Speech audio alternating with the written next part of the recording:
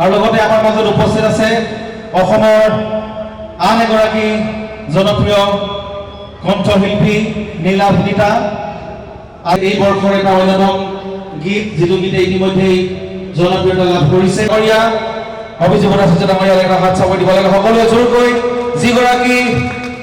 যিগৰাকী ব্যক্তিৰ যিগৰাকী দায়িত্ব আমাৰ ভ্ৰাম্যমাণ থিয়েটাৰৰ তেখেত উৎপল দাস মৰি গৌতমৰ অভিনীত নীল আকাশ আৰু পাপৰি গগৈ কণ্ঠ সমৃদ্ধ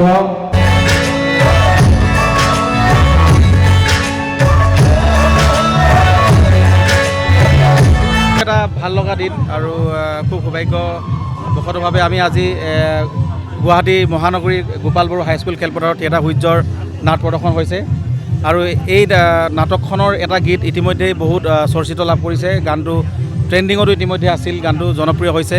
নীল আকাশ আৰু পাপৰি গগৈ কণ্ঠ মই সংগীতেৰে। আৰু যিহেতু গীতটো ৰাইজে অডিঅ'টো খুব আদৰি লৈছে, সেইকাৰণে আমি ভিডিঅ'টো মুকলি কৰি দিয়া নাছিলোঁ আৰু সেইকাৰণে আজি আনুষ্ঠানিকভাৱে অসমৰ সংবাদ মাধ্যমৰ জৰিয়তে গানটো আমি মুকলি কৰিবলৈ এই অনুষ্ঠানটি আমি কৰিলোঁ।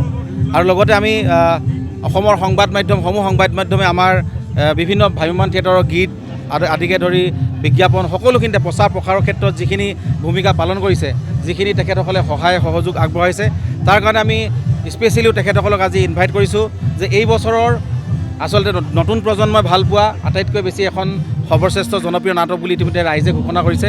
সেই নাটকখন আপোনালোকক উপভোগ কৰিবলৈ আমি আজি আমন্ত্ৰণ জনাইছোঁ আৰু লগতে আপোনালোকক সাক্ষী কৰি আমি গীতটি মুকলি কৰিছোঁ।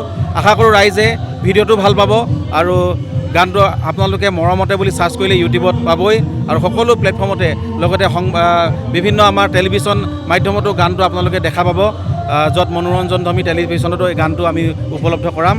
আমি ধন্যবাদ জ্ঞাপন কৰিছোঁ আৰু আজি গীতটো আনুষ্ঠানিকভাৱে মুকলি কৰিলে অসমৰ বিশিষ্ট সংগীত শিল্পী বিপিন চাওডাং ডাঙৰীয়াই আৰু তেখেতক আমি ধন্যবাদ জ্ঞাপন কৰিছোঁ। আৰু উৎপল দাস আৰু মৰি গৌতমৰ অভিনীত এই গীতটি অসমবাসী ৰাইজে আদৰি ল'ব আৰু সেয়া দৃঢ় বিশ্বাস।